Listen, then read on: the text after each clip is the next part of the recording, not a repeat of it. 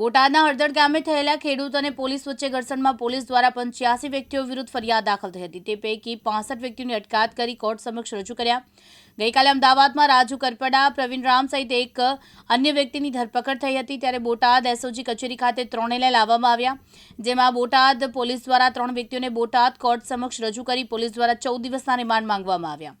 Court વકીલોની દલીલોના અંતે આગામી 20 તારીખે બપોરે 3 વાગ્યા સુધીના 4 દિવસના રિમાન્ડ મંજૂર થયા છે। બોટાદ માર્કેટિંગ યાર્ડમાં થતા કડદાકાંડને લઈને ખેડૂતોની વારે ચડેલા રાજુભાઈ કરપડા, પ્રવીણભાઈ રામ ગઈકાલે પ્રદેશ કાર્યાલય પર આમરણ ઉપવાસ પર બેસવાના હતા। ત્યાંથી બોટાદ પોલીસ અને અમદાવાદ પોલીસે એમની ધરપકડ કરી। કાલે એમને રાત્રે બોટાદ લાવ્યા હતા।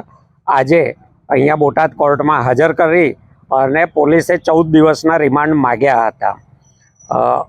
પાર્ટીના એડવોકેટ લીગલ ટીમે પણ દલીલો સામે કરી અને કોર્ટે એમના 3 દિવસના રિમાન્ડ મંજૂર કર્યા છે।